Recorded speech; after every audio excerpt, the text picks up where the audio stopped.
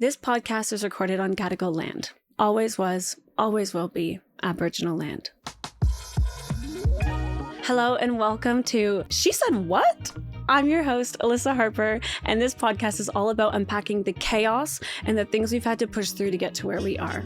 This is your safe space to learn from others' experiences, reflect, and then become your most authentic self. You're gonna giggle, you might cry, and you're definitely gonna get the tea. Let's get into it. Thank you to Field for sponsoring today's episode. If you don't already know about Field, the dating and exploration app, then we will talk more about them later, but let's get into today's episode. Look, life is hard, but I hope that this makes it easier because this is everything that I wish I knew sooner. And if you haven't listened to episode 68, where I give you all the tea on me, then go listen to that. But until then, just so you have some context on me, these are some things that I have done so far in my 20s. Starting out with building a life in Australia. I moved here 7 years ago from Canada and I love it. I love my lifestyle here, and building out a life overseas does take a lot of time and a lot of effort, creating a whole new friend group, a whole new life. So that's one thing. Another thing is that I left my belief system that I grew up with, which again, I cover all of this a lot more deeply in episode 68 if you want all the tea, but I did grow up in the church and I left that, which was everything I knew. So that was a huge shift in my life. I also came out as bisexual, which if you don't know that, you probably aren't following me because I am really annoying about it. But that has been a huge journey for me as well. And I've shifted quite a bit professionally as well too. I worked in hospitality full time for like 7 years, and it wasn't really like a career I was specifically going for. And I shifted into doing Pilates full time. And then eventually now for the last few years, I've been doing content creation full time and have built this audience of like nearly 500,000 people, which is so crazy. And I just want to thank you for being here and listening because I love being able to do this. But yeah, I've had so much shift, and I wanted to do this episode because I get a lot of people asking me for advice, which is so kind to even take my advice. So thank you for that. And sometimes I will have these really long conversations with people. We'll be sending each other voice messages back and forth for like 3 days, and I'll chat with you guys through different things that you're experiencing. But I obviously can't do that all the time with everybody, although I would love to. And that's like my favorite part of what I do. But I thought I would think of all the things that are kind of like the seemingly core issues and really just take some time to speak on those things in particular. So let's just start out. We're going to be talking from self to relationships to friendships, and starting with self. Do things you are scared of often. Put yourself out there often. I think if you are living in your comfort zone, going and doing something that is out of your comfort zone feels that much harder, and it's really like a muscle that we want to be exercising constantly. And I know that doesn't sound really fun, but I promise you it is worth it, because when an opportunity comes up that feels scary, you already have the self-belief that I'm someone who can do something scary. I can do it scared. So definitely make an effort to put yourself out there and do things scared and do it often. Your fear of what people think of you is dampening your joy. It is truly stopping you from living the life that you've always wanted to live. And I want you to challenge this daily, even with like small things like what you wear, how you share your art and who you share it with, how you bring ideas forward at work. Challenge it and make sure that you are not scared to look dumb or look like you don't have all the information, because we have so much to give, we have so much value, and we often sell ourselves so short. You will be miserable living your life for the approval of others. And I have had to learn this the hard way, sticking in relationships for too long, telling people I was still into the church when I wasn't. It was something that I really needed to learn when I was young and when I was in my 20s. And I'm so grateful that I have learned it so young, because now I'm in a place where if people don't approve of me, or if I lose the love or the, I guess, attention even from people in my life because I'm doing things that they don't love, I'm okay with that. I'm okay to live the life that I know I want to live. And as much as you want to listen to the people around you and having conversations, asking for advice, you also have to trust your gut at the end of the day. Another one, you've changed is a compliment if you love your life so much more now. I actually once had an ex just after we broke up be like, you changed. It was like this whole thing, like you aren't who you used to be. And I used to want to say like, yeah, like, good. I'm so happy I've changed. I've needed change and you haven't, and it shows. And I'm sorry, but that's something that I really will take as a compliment now. The craziest thing is this same ex said it a year later, but meant it as a compliment. So I was like, okay. I've definitely learned that changing is good. And if you don't fit into your old life, that's okay. Another one is nothing changes if nothing changes. If you keep finding yourself in the same position day after day, being like, oh, I just hate my life. And like, oh, I hate that I haven't been working out. Or, oh, I hate that I haven't been seeing my friends. I'm just sitting at home. You have to do something to get out of that. And I've had to tell myself this over and over again. Nothing changes if nothing changes. Like I literally am hearing it in my head all the time. Anytime I complain about myself to myself, I gotta step in. Like someone's gotta step in and it's gonna be me. So I definitely see what has to happen, see what has to change, and create a bit of a plan so that you don't keep finding yourself in that position. Another one, leaving your hometown will change the whole trajectory of your life. Absolutely. I say this to everyone I meet. It was the best thing I ever did for myself.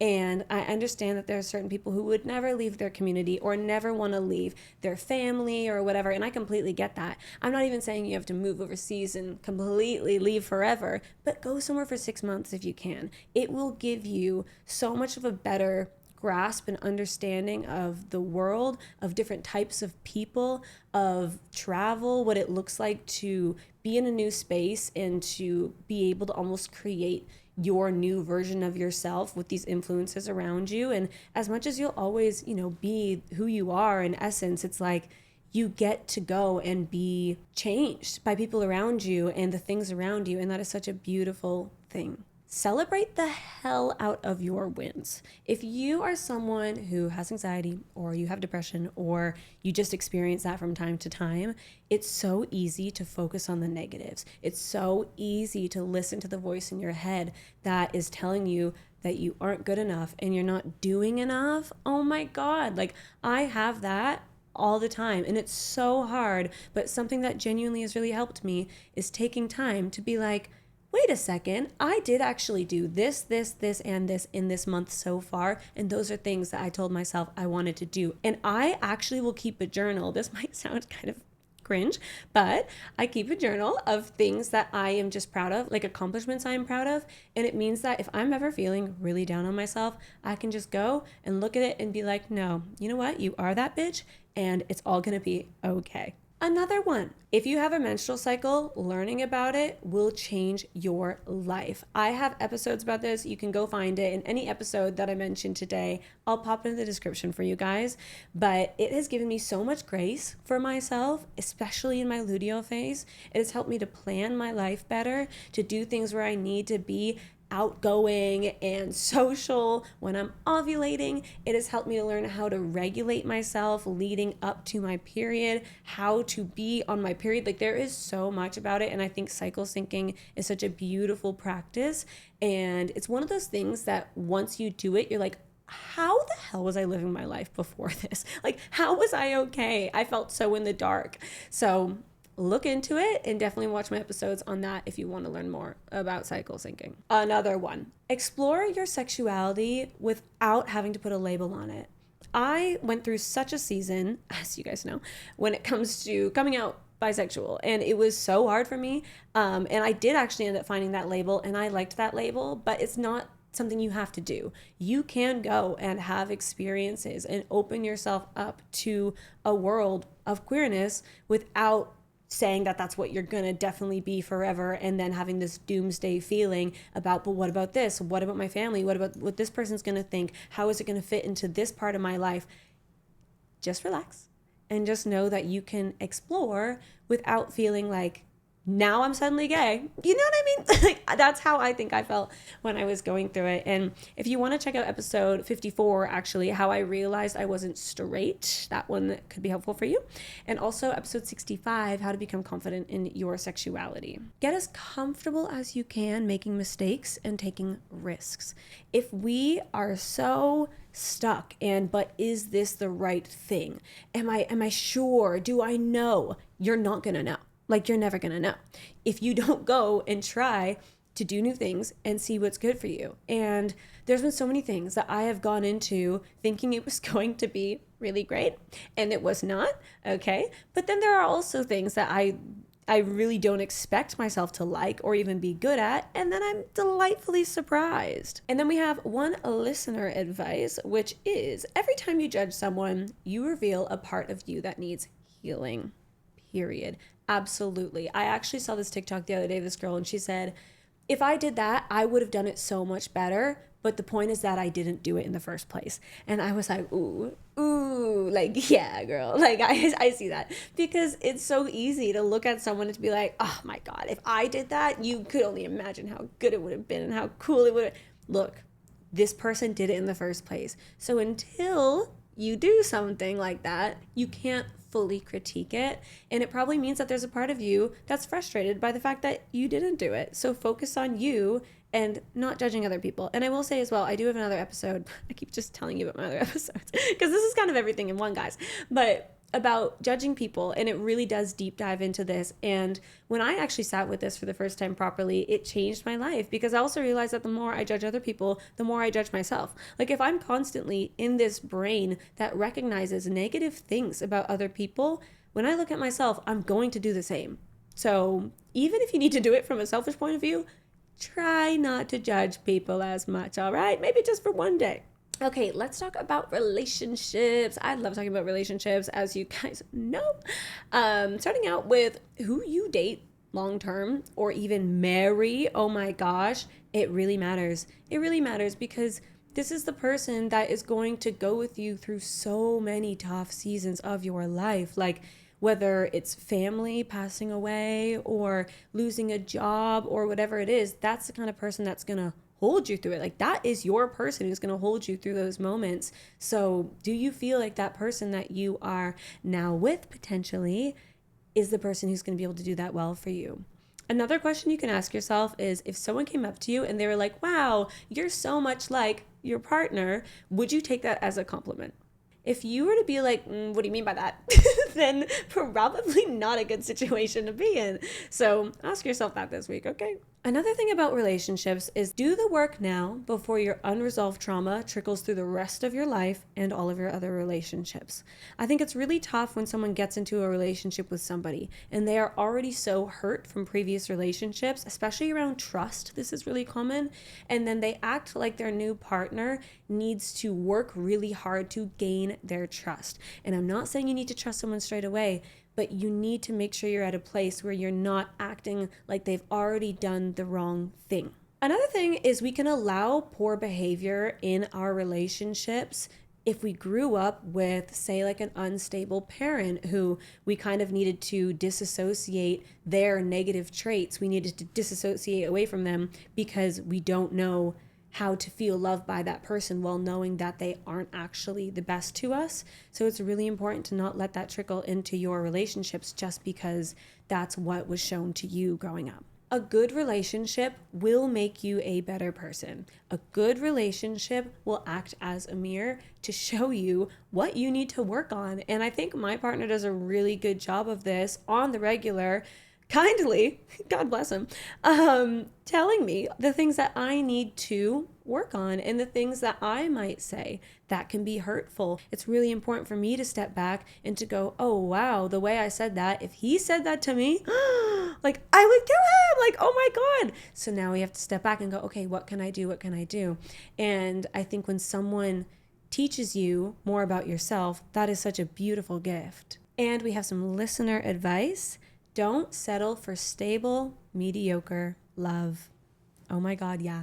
Because sure, it's stable. Sure, you love the person. Like, you would never say you don't love them, but do you feel like this is someone that you are excited to live your life with? Like, I think it's really important to really want to spend time with that person and to want to build a life that is exciting and to really feel like they're on the same page as well. So if things are feeling kind of mediocre, might be time to move on, girl. Before we get into some friendship advice, and since we've just been talking all about relationships, I want to share with you something that you can use not just to meet others, but to meet yourself too. Let me introduce you to Reflections, a self-discovery tool made by Field, a dating app for the curious. And I've spoken about Field so many times before, but if you don't know about them yet, it's truly the dating app for people tired of dating apps. With the ability to say yes or no to potential matches without the swipe culture of having to choose right now, makes the experience so much more fun. And even other features, like if you have something you only want to say to the people that you like, you can write a hidden bio, which will only be revealed once you've connected. And the people on Field are straight up, like super clear about their desires, which can include anything from BDSM to friendship. So you've got a lot to work with. Field is for the people craving deeper connection and for people wanting to really know themselves, because at Field, they believe understanding yourself better means connecting with others easier. So let's talk about Reflections, which I really enjoyed. I found the layout to be very pleasing, and it's such a fun way to get to know yourself and to explore some deeper questions like, what are my actual boundaries? What type of relationship do I actually want? What do I deeply desire? So when I used Reflections, this is what I learned about myself. First of all, knowing what you don't desire is just as important as knowing what you do. And we can find that out the hard way by living through it, which, trust me, I've been there. Or we can ask ourselves these questions now so we know what our real deal breakers are. If we don't do this, what happens is maybe we'll be seeing someone for a little bit and then we'll notice something that we're not super excited about in that partner, but so many other factors play into our desire for them that we ignore the issue until it becomes a real problem. For example, you might deeply desire someone who is outgoing and loves spontaneity, but then you're a few months in and your person never wants to join you when you go out, which can make you feel unwanted or abandoned. And maybe you don't want someone who goes out heaps and loves to party. Maybe you're not into crowded spaces and loud music, and that's okay. But now you're stuck at home alone all the time, worried that your partner would prefer someone who enjoys that lifestyle. Look, okay, all I'm saying is that if you have the language to say what you want, then you're that much closer to getting it, and it goes both ways. If you know what you don't want, you're less likely to experience heartbreak simply because you are now more intentional in the first place about who you're connecting with. Another one is that there's often such a difference in what you like to receive and what you like to give. Like, for example, you might love the idea of being blindfolded, but not blindfolding somebody else. And that can show up in so many different ways. Another one is we often approach stagnant long-term sexual relationships by only focusing on sex as being the issue, when we should really be thinking about what turns people on in the first place. And for me, romanticism was the most important thing. So I really did learn something about myself. I found myself in long-term relationships before, for sure, where the desire definitely dwindled, and I thought the problem was the sex, whereas I should have been looking at the relationship more holistically, and doing this reflection really solidified that learning for me. I also learned that as much as I have been in an open relationship, it doesn't mean that I'm polyamorous or the type of person who needs or even wants that going forward. And I already know that if I did this 2 years ago, my answers would have been completely different, and that's really cool. Like, it's such a good practice to get a pulse check on where you're at. Overall, I know you guys are going to love it, and you can use Reflections again and again, which is necessary when we are constantly becoming and changing. You can try Reflections by downloading the app Field, that's F-E-E-L-D, on the App Store or Google Play, or on their website at field.co/reflections. Now let's move on to friendships. I feel like there's so much to be said, but I want to start with make friends that genuinely want to celebrate you. I really believe that jealousy kills connection, and if you're ever sat with someone and you feel like you can't share the positive things in your life,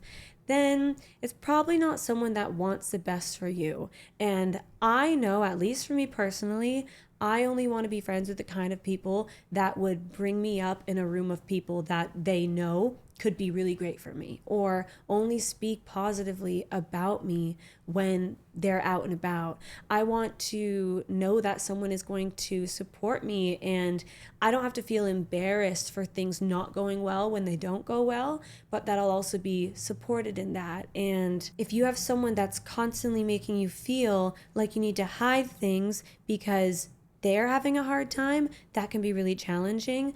And as much as you want to be mindful of maybe where someone's at, like say you come home and your friends, they're sitting on the couch having a breakdown, you're not going to be like, guess who got a pay raise? But you can say things eventually in the right timing and hopefully get the support and the celebration that you deserve. Because like we talked about earlier, we want to focus on the positive. We want to celebrate the hell out of our wins so that we can know that we're the type of people who win.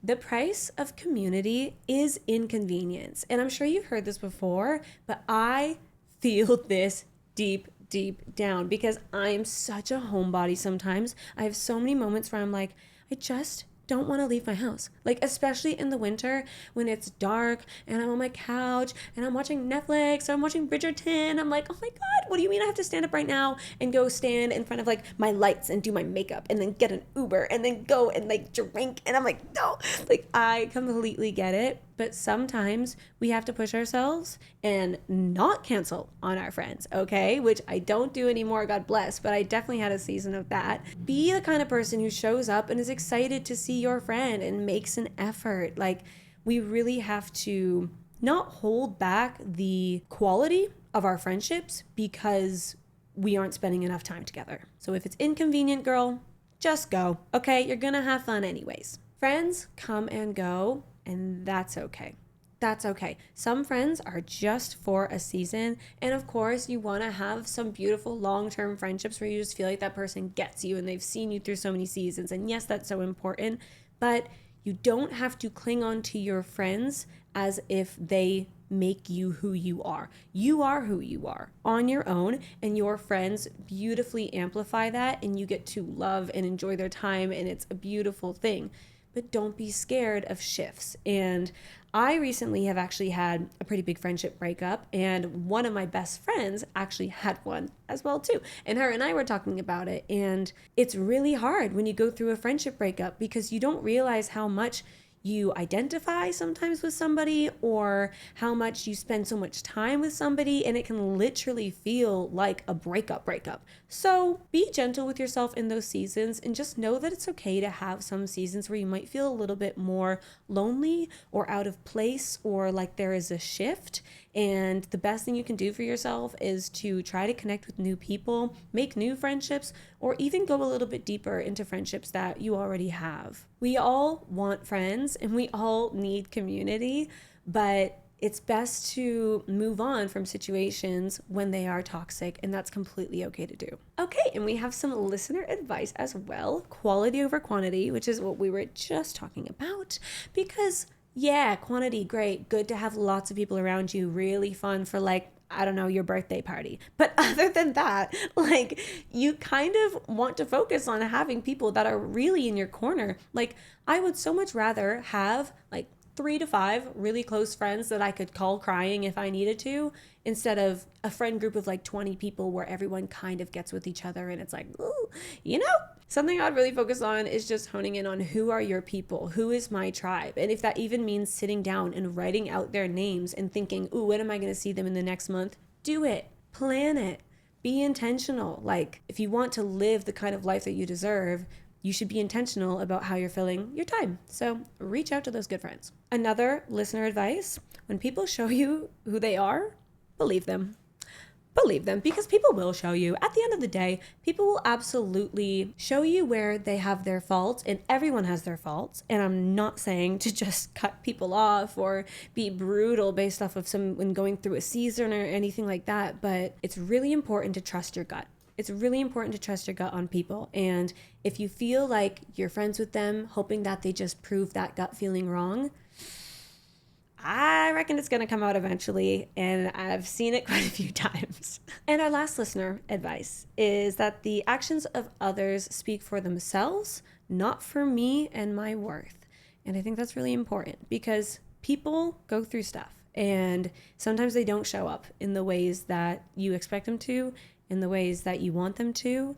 And it's completely fine to move on from something that's not good for you, and to know that it doesn't mean that you're a bad person or you're a bad friend. Like when I went through that big friendship breakup, like, you know, like I said, not that long ago even, I did have a big moment where I was like, oh my gosh, like what does this mean about me? Like, am I a bad friend? Am I not fun to be around? Like, I really started questioning all these things about myself. And thank God for one of my other friends who we had a chat about it. And she was like, no, oh my goodness, how could you ever think that about yourself? And I was able to like, get away from those negative thoughts. But their actions are their actions. And it doesn't mean that you are not a good person. The other thing too is we can't take things personally all the time. Sometimes their actions, and I quote, are just them not texting you back for a while. Or it's just you double texting trying to make plans and them saying no both times. That doesn't mean that they're purposely not trying to hang out with you or they hate you, okay? It just means that maybe you say something on the third time. You say, hey, I've really been trying to connect with you, or like I really wanted to hang out. Like, what's going on with you? Are you really busy? Just something to touch base so you can actually get a clear response from them on how you're feeling in the relationship and how they're feeling. So I know that was a lot. I know we covered a lot, but I hope that you got something out of today's episode. Thank you, as always, so much for listening. And thanks again to our sponsor, Field. Don't forget to check out Reflections. And I love you guys. I'll see you soon. Bye. Quick, before you go, if you want to have a say in future episodes and you want to hear more from me, you can follow me at Alyssa Taylor Harper on Instagram and TikTok, which will also be linked in the description. Also, don't forget to subscribe or follow wherever you're listening from so you never miss an episode. If you'd be so kind to leave a review, it helps more people like you tune in, or maybe you want to share it with a friend who needs to hear more chats like this. Love you lots, and I'll catch you next time.